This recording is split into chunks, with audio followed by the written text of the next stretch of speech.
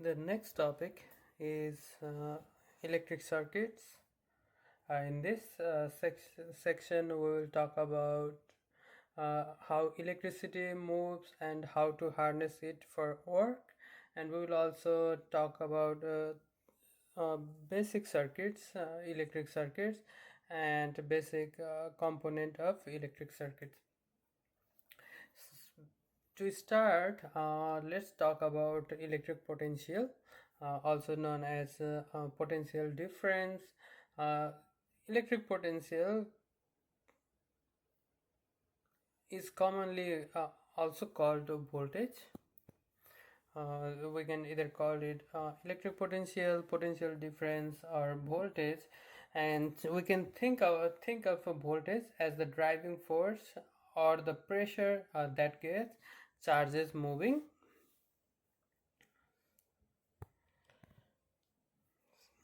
And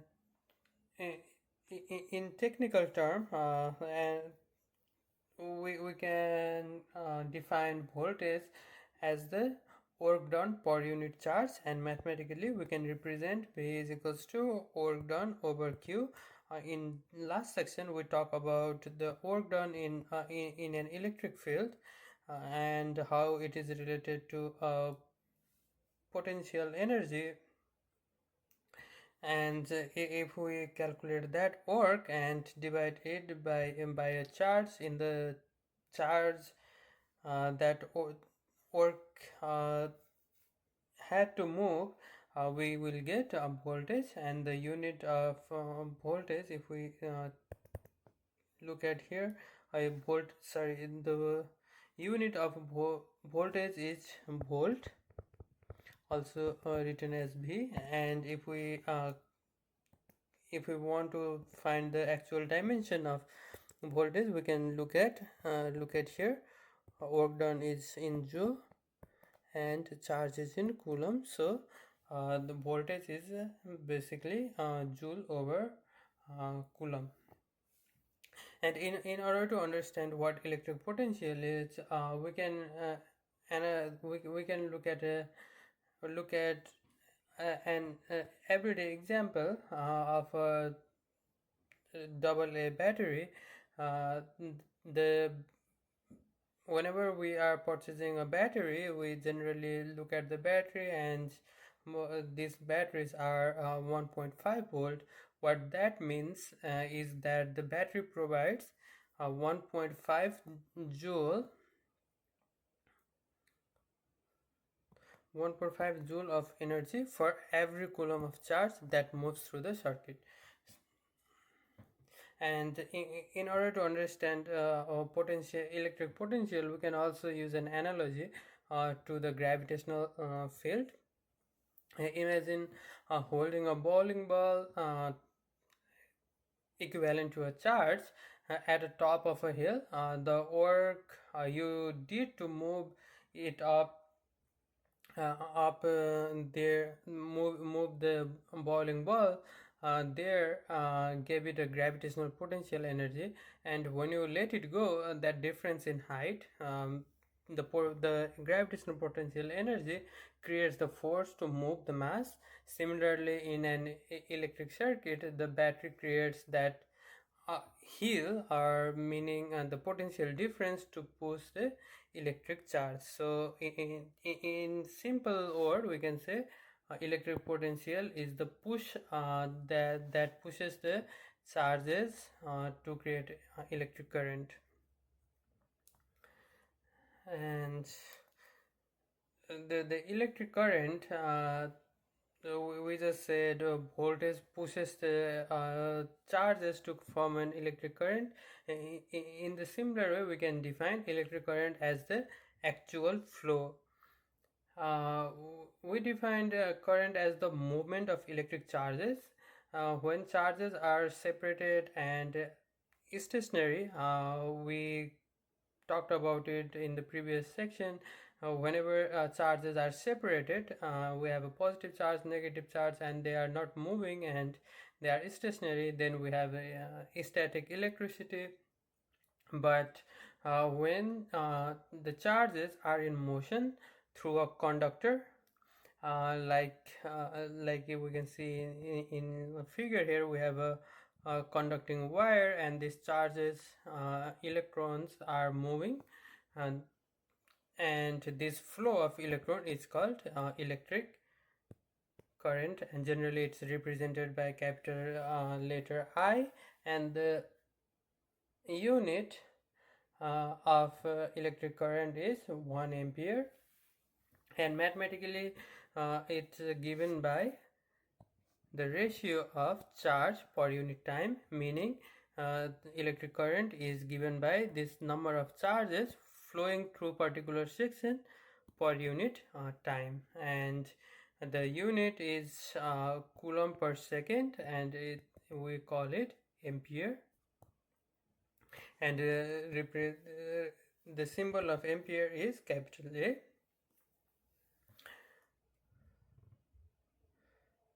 Now in order to understand the flow of electricity, the direction of electricity, we should look at a historical point. If you look at here in the figure, the diagram showing the direction of flow, this electric current is moving opposite to the flow of electron. This is a traditional way of showing the direction of electric current, also called conventional current flow, and it flows from the positive terminal to negative terminal. So if this is positive terminal and this is negative terminal, electric current flows from positive to negative terminal. However, if you actually look at the flow of electron, electron flows from negative to positive terminal. So the convention of this electric current flowing through positive to negative dates back to when the scientists actually didn't know how electricity was flowing through a wire, and they assumed that it must be flowing from positive to negative, and they started using this convention. And later on, when they found out the actual direction of the electron, it was already a standard way to show the electric current flowing from positive to negative direction. So it was not changed, and they kept using the same, so we call it a conventional current, even though the electron flows from negative to positive charge. We generally show this electric current, the direction of electric current flowing from positive to negative terminals. And to simplify, we still use conventional current for electric analysis, which is in the direction opposite to the flow of electron, and that is from positive to negative. And finally, we should also mention that while current has both magnitude and defined direction, we just talked about the direction, and current also have a magnitude, but even though it has both magnitude and defined direction, we treat electric current as a scalar quantity. So electric current is scalar quantity. That is because if you are doing a mathematical operation on electricity, it does not follow rules of vector addition. Rather, it simply follows the scalar quantities.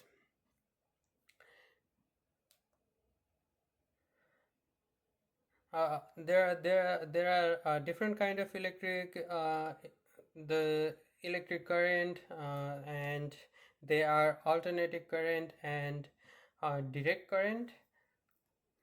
And we can see here in the graph, first we have direct current, the voltage. If we look at here, our y-axis is voltage, the voltage, and if we look at here, the voltage remains constant, meaning it will also result in constant electricity, and the electricity will flow in only one direction, uh, and this is the direct current is also called unidirectional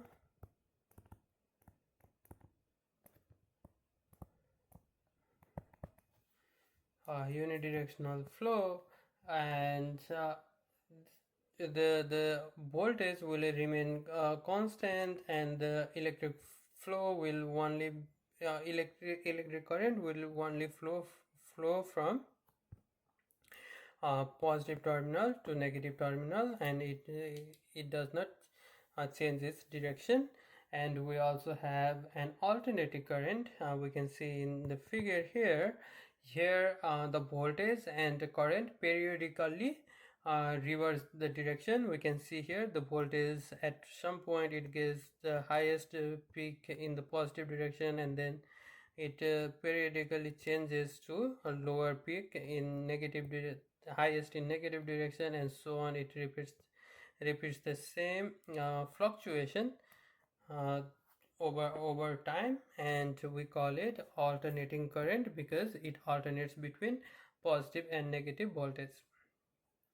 And a very good example of a direct current is the batteries we use in our cars or electronic devices. And a good example of uh, alternating current is the electricity we use in our homes for different home appliances. And now we talked about voltage and electric current, and now let's move on to resistance. uh, it, in order to define in the similar way like voltage and current, if voltage is the push and current is the flow, then resistance is the opposition to the flow. So far we said voltage is push, it pushes the charge, and current is the flow of charge, and resistance is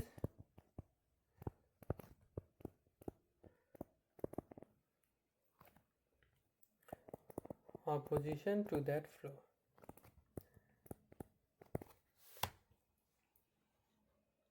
And resistance is the property of material, and in other words, we can define resistance as the property of material that slows down the movement of charge. That means it hinders the flow of electric current. And the unit of resistance is ohm, and it is represented by a Greek letter omega, and we can see here it is written as this symbol, we call it omega. And in general we will just say a resistance of for example 10 ohm, like this. If it's written like this, we call it 10 ohm. And we can see in this image here, this is a very interesting image I found in a website, and we can see here the voltage is pushing this charges, where it's written as ampere because it's electric current, and we can see this constricted section created to oppose the flow of the current, and it's represented by the resistance. This is a visual way to understand what is voltage, electric current, and resistance. And different materials fall in different categories in terms of resistance. First we have conductors. conductors have a low resistance and allow current to flow easily. And generally, the wires we use in our day-to-day purposes are conductors, and some of the example material are copper, aluminum, silver, etc. And we also have insulator. Insulators are high resistance and high resistance materials, and they oppose electric current. And generally we use insulator in protective coating of a wire. So whenever you see a wire, the actual metal conductor is inside, and we have a protective layer outside in the wire, and those are insulators, and the inner portion of the wires are conductors. And some of the examples of these insulators are rubber, glasses, and plastics. And then we also have semiconductors like silicon, germanium, etc. And semiconductors fall in between the property of a conductor and insulator. And semiconductor are widely used in making nano chips, electronic chips, computer chips, etc. And they are very important in we even call it the semiconductor industries for manufacturing chips, GPUs, etc. Now we know the basic terminologies: voltage, electric current, and resistance. Now let's put them together to define an electric circuit. And in order to define an electric circuit, we can define it as a closed path that allows electric current to flow. So basically it is a closed path where electric current will flow. And you should always remember the key terminology here is a closed path. Without a closed path, current cannot flow.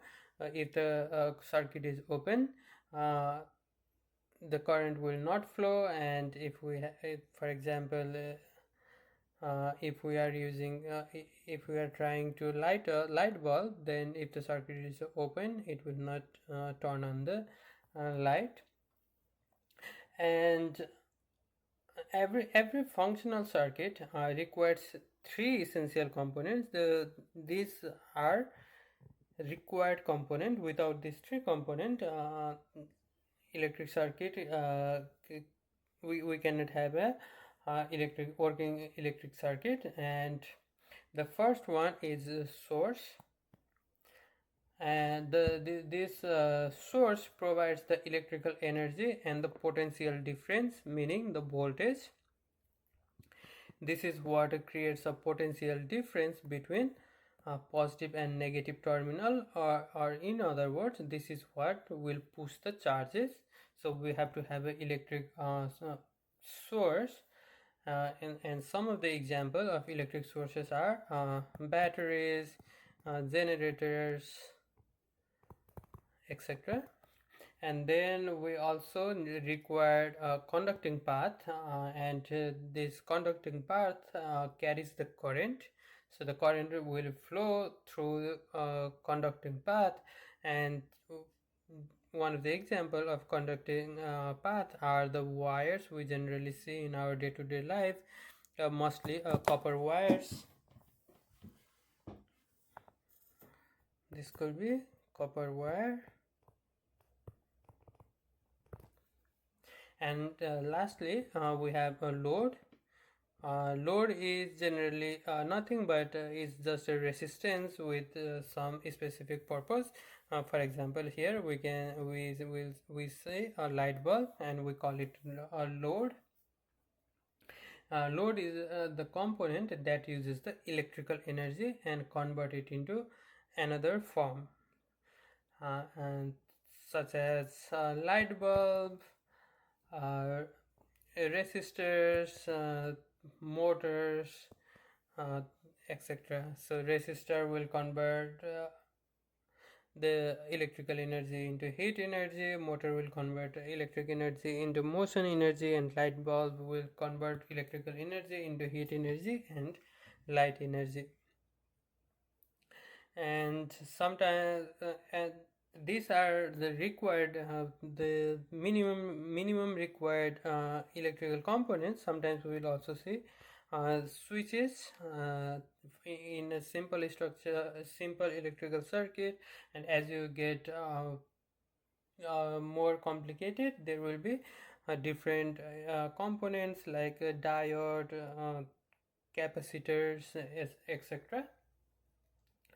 And these switches are used to either open or close an electric circuit. Like we see in our houses, we use switches to turn the light on or turn the light off. So basically, when we are turning off a light, we are basically uh, opening the opening the loop electric circuit. So the electric circuit is not closed, meaning the electric current is not flowing through the circuit. So the circuit is incomplete and resulting in non-functional circuit. One very interesting way to understand electric circuit is using a hydraulic analogy. We can see here in the figure we have a hydraulic system in section A and an electric system in section B, and we can compare each component with each other. First we have a battery. We have a battery here and we have a pump here. So battery and pump are equivalent in their function. The battery in the electric circuit is like the pump in the water system, and both of these components use energy to create a pressure difference. uh, for an electric circuit, it creates a voltage for electricity, or in an electric hydraulic system it creates a pressure difference to initiate the water flow. So this pump will move the water here, and if you look at here, it's at certain height, giving it some potential energy, and this potential energy will what cause this flow of water.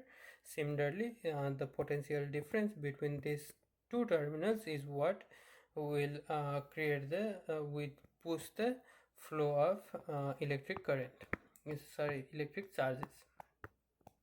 And then we have this valve and switch. In a mechanical system, these valves are used to turn on or turn off the water flow. Similarly, in an electric circuit, these switches are used to either turn on or turn off the electric circuit. And then we have a nozzle or an resistance. In an electric circuit, we can see a light bulb, and in terms of a hydraulic system, we can see a nozzle constriction. This reduction in area generally uh, causes water causes some hindrance in water flow. In the water system, we can see a narrow nozzle. Nozzle opposes the water flow, right? And this restriction on water flow causes a drop in pressure and converted some of the energy in spraying water.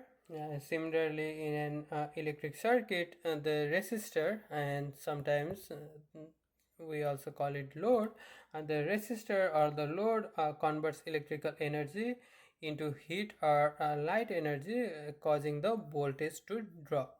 Here it will drop some potential energy, and here it will drop some of the voltage. And lastly, we have wires here and pipes here. This basically allows the either liquid or electricity to flow.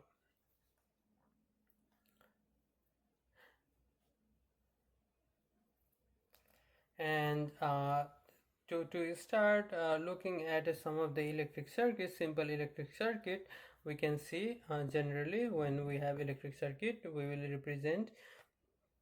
will not use the actual batteries or resistance or switches, so rather we will use different symbols. First, we have a battery here. For battery will be represented sometimes as a voltage, sometimes as electromotive forces. So sometimes you may see B written here, or sometimes you will see epsilon, and this epsilon represents electromotive force.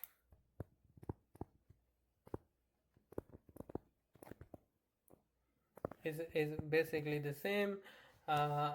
There are subtle difference, but for this course we will just assume they are same. So this is how we will represent a simple electrical circuit. Here we have a battery source, and the symbol of battery is battery look like this. This is a single cell, meaning there is only one cell battery, and this is a two cell battery.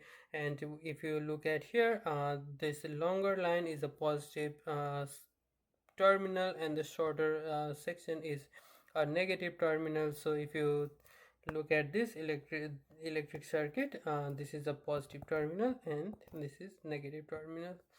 So this is positive terminal, negative terminal, positive terminal, negative terminal. And then this zigzag section is used for representing resistance. Resistance doesn't have polarity, so it can be it doesn't require you to be either positive or negative. You can use it either way. And then we have switches, and if you look at here, this is a closed circuit, meaning this switch is sorry, it's written wrong here. This should be closed, sorry for that. So this is open switch, and then we have closed switch. And the flow of current is from a positive terminal to negative terminal because of the potential difference at the voltage source. And the one of the most important concept in designing electric circuits is Ohm's law. This is what gives us the basic relationship between voltage, current, and resistance in a simple electrical circuit. And mathematically, it gives us a relation between voltage, current, and resistance. And the Ohm's law states that the current I flowing through a conductor is directly proportional to the voltage across it, as long as the temperature is not changing. And in simpler term, if you increase the push or voltage, you will increase the flow of current. So if you increase the voltage, you will increase the current.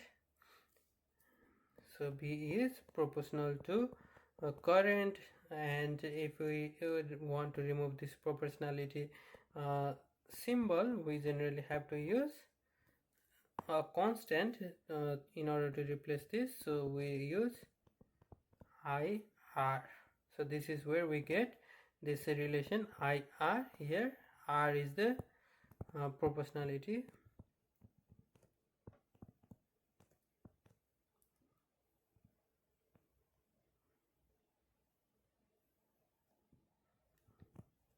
Constant.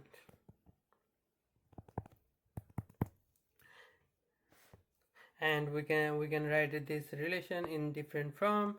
For example, here if we isolate current, the relation will be current is equals to voltage over resistance. And if we isolate resistance, we will get a relation here where resistance is given by voltage over current. So based on what we are looking for, we can use either of this relation to calculate the required variables. And let's look at an simple example here. We have a closed circuit here, and the light bulb is connected to a positive terminal and negative terminal properly, and is the closed circuit, and the voltage source is 1.5 volt, and the light bulb here has a resistance of 20 ohm, and we are asked to calculate the current flowing through the circuit.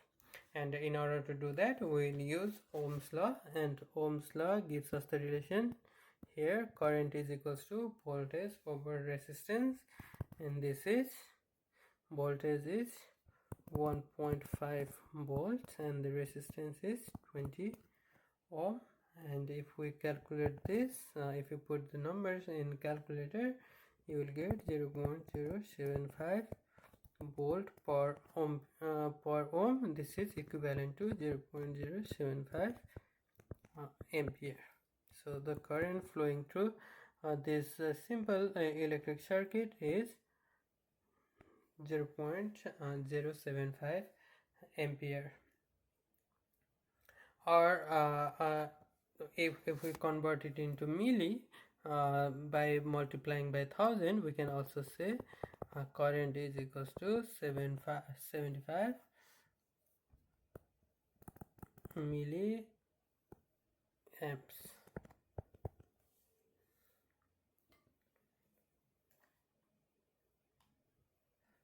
And now we know the basics about we know a very simplified electrical circuit.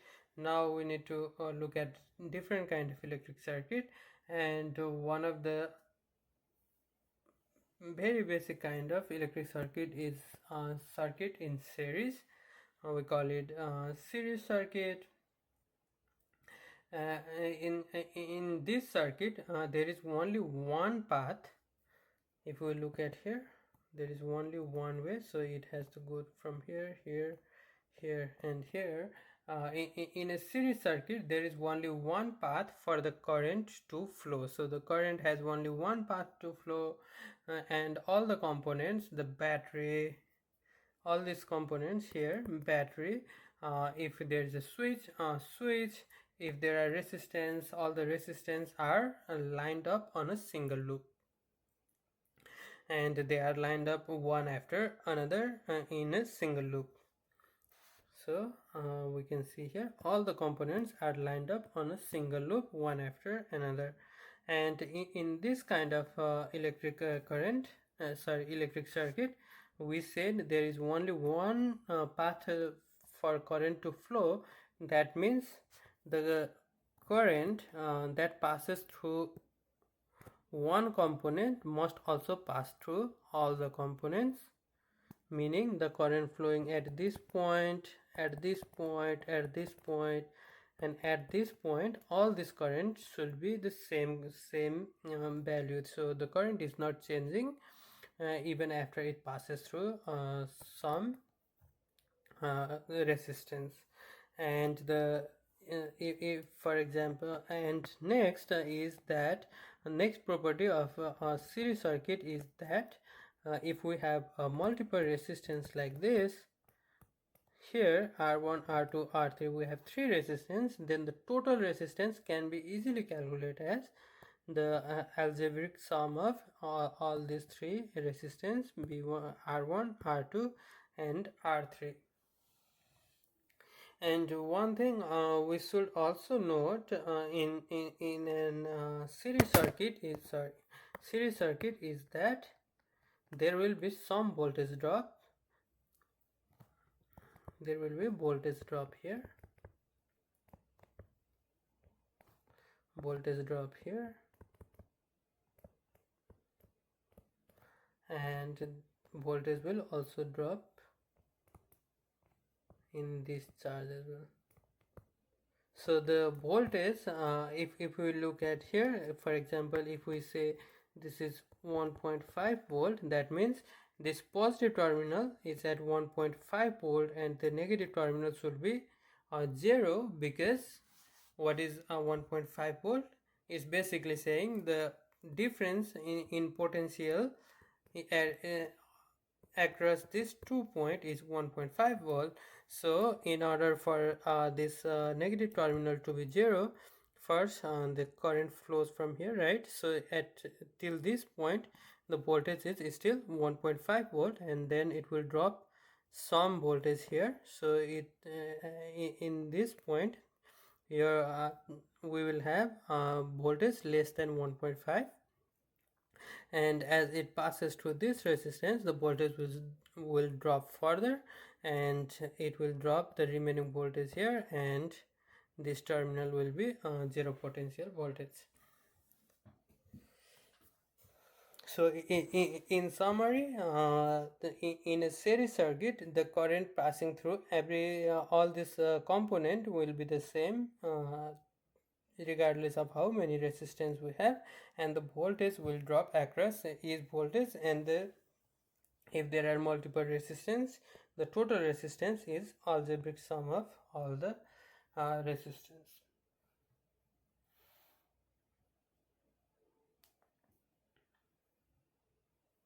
And we can look at an example here.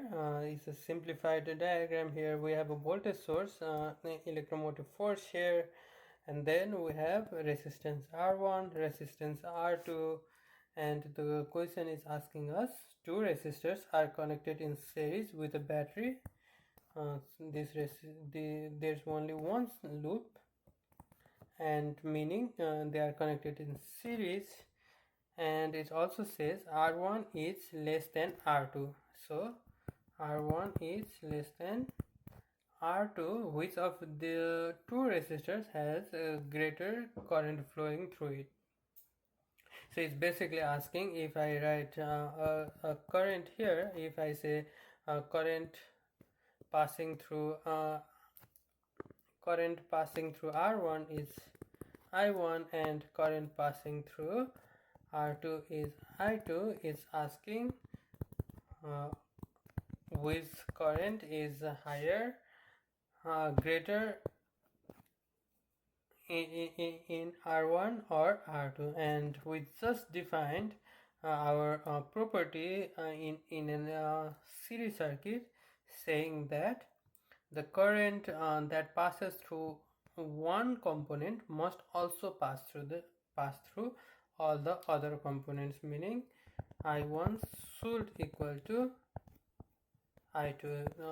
The current passing through either of R1 or R2 is same.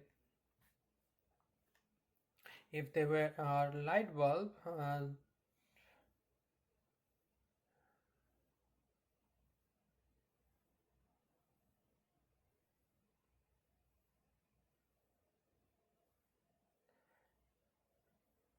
the current passing through each light bulb will be the same. However, we should also note in a series circuit that we talked about Ohm's law, right? Where we said V is equals to IR, and if we look at this relation, we can see if the current is not changing and the resistance is changing, right? So R1 is different, R2 is different, and we just said that the current flowing through these circuits are not changing. That means the voltage has to change. So the voltage passing through here will be different and voltage passing through here will be different.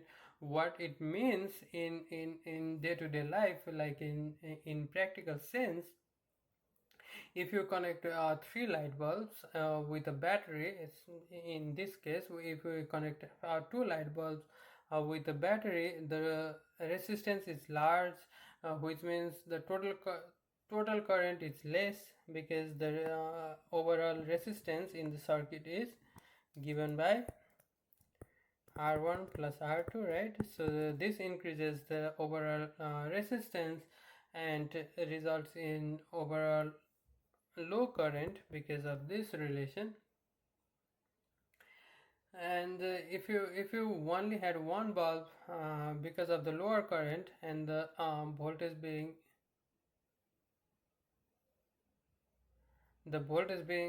splitted in this R1 and R2, your light bulb will be generally dim.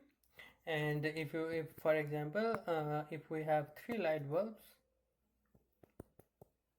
here, second light bulb here, and light bulb here, if you look at the light bulb in the first one, there was a high voltage, second one a lower voltage, and as it passes through this third one, it has the lowest voltage, meaning this light bulb will light the brightest and this will be the dimmest.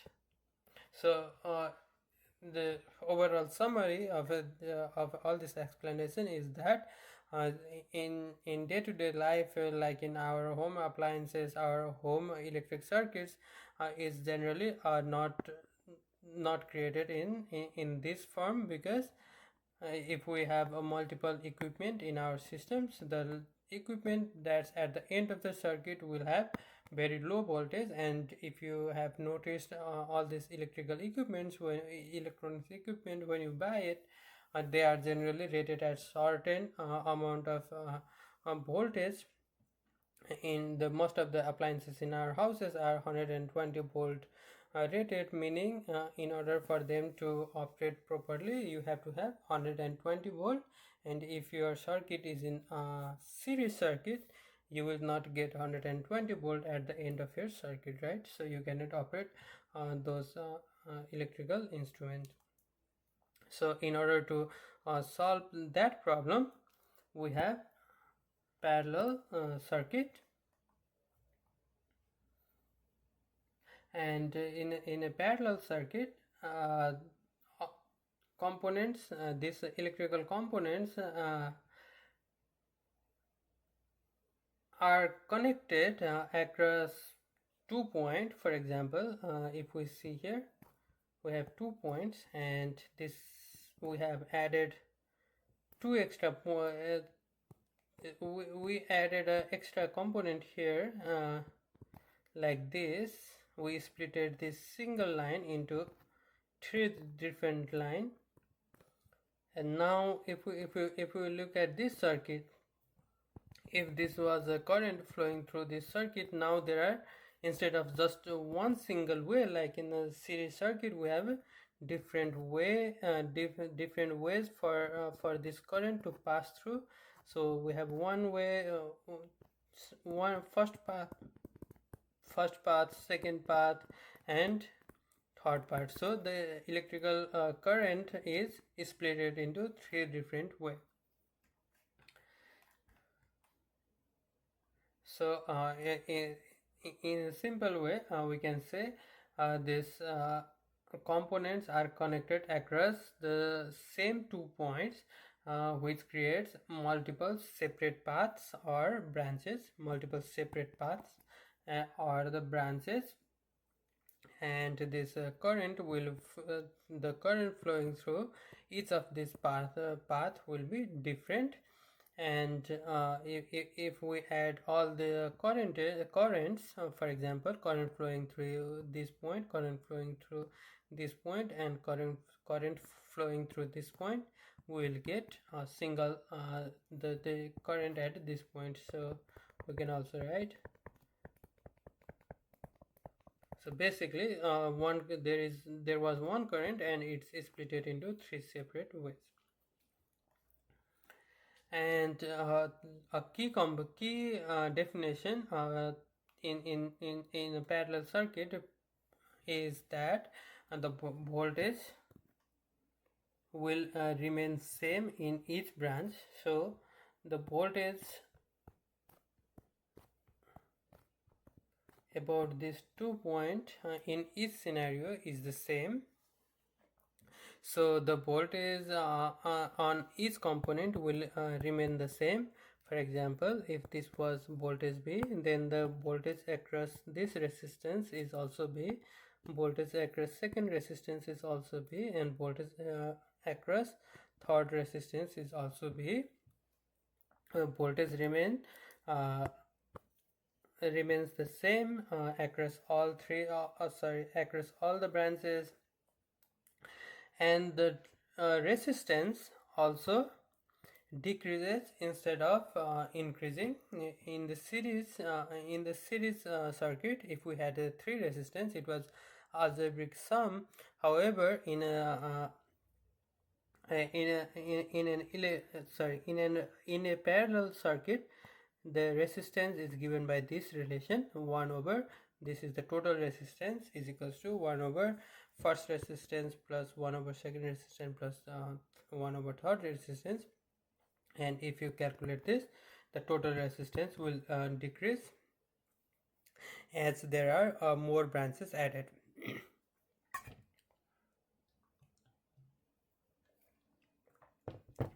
And as we can see from here, the resistance is lower and voltage is the same, and that means if we look at this relation, that means the current will be high, and if the current is high, we will generally have this light bulb so glowing at higher luminosity than in series. Sorry.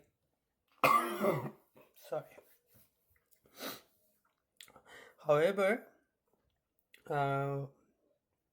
we should also note that parallel circuit will, if we are using a battery, it will glow the lights brighter, resulting in faster draining of batteries.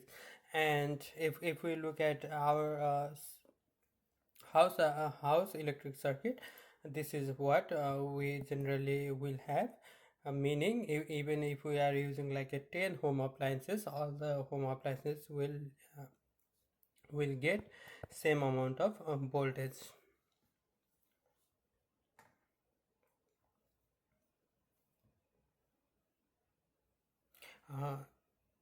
To summarize, adding resistor or resistance in parallel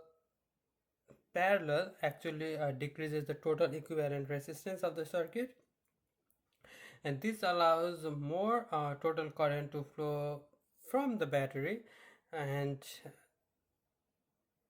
if you compare for the same light bulb connected in series and connected in parallel, the light in parallel will be brighter